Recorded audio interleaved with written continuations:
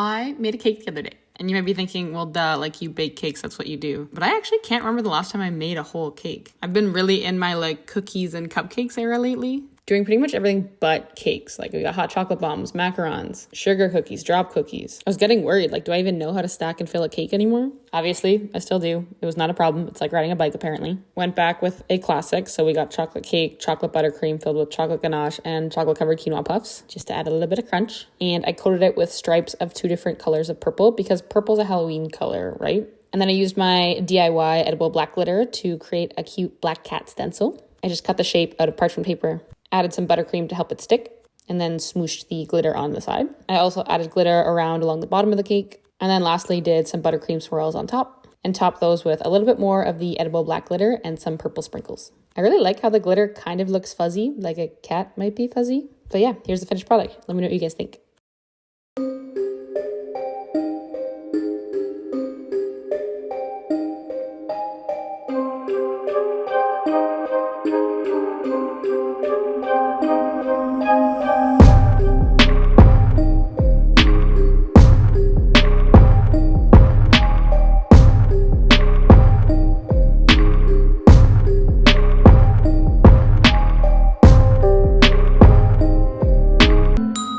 Have you ever made a jack-o'-lantern out of something that's not a pumpkin? If not, now's the time to try it. I'm going to share my recipe for chocolate orange mousse served up in the cutest little jack-o'-lantern oranges. Starts with melted butter and dark chocolate. Then we add orange zest and some egg yolks. In a separate bowl, we whip up our egg whites with a little bit of sugar and then carefully fold that meringue into the chocolate mixture. Lastly, whip up heavy cream with some sugar and then fold that in as well. Now we have to carve our oranges. This is where you get creative, do whatever cute little faces you want. I just went with the classic look, but you do you. Then carve out all the flesh of the orange and fill that jack-o'-lantern with the chocolate orange mousse. So yummy and so cute.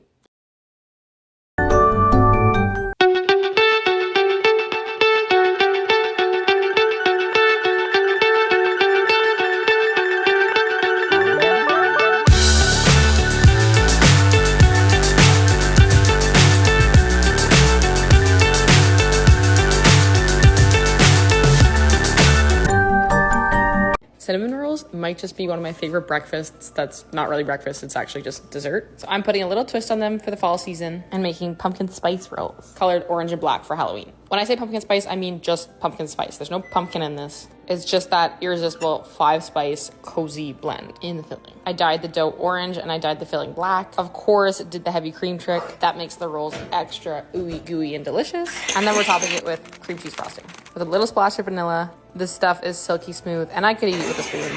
It's a looser consistency that I want you to use for decorating cakes and more heavy on the cream cheese. Adding a little bit of orange dye to that. And then once the rolls are baked up and just bubbling, I like to add my frosting pretty much right away so it kind of melts into the rolls. So good. You should know where to find the recipe by now. Enjoy.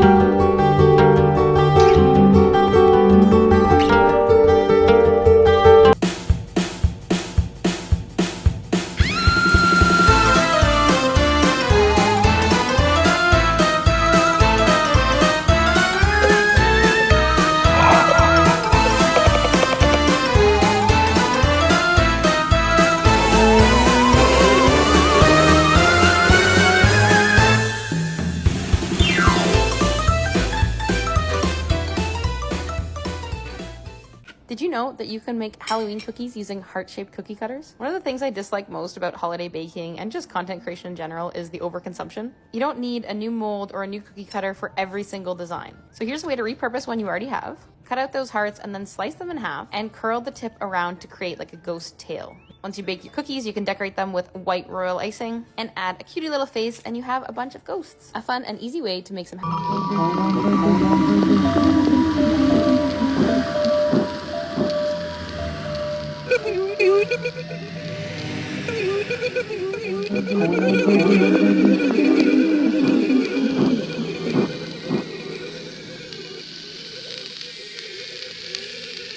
What's going on?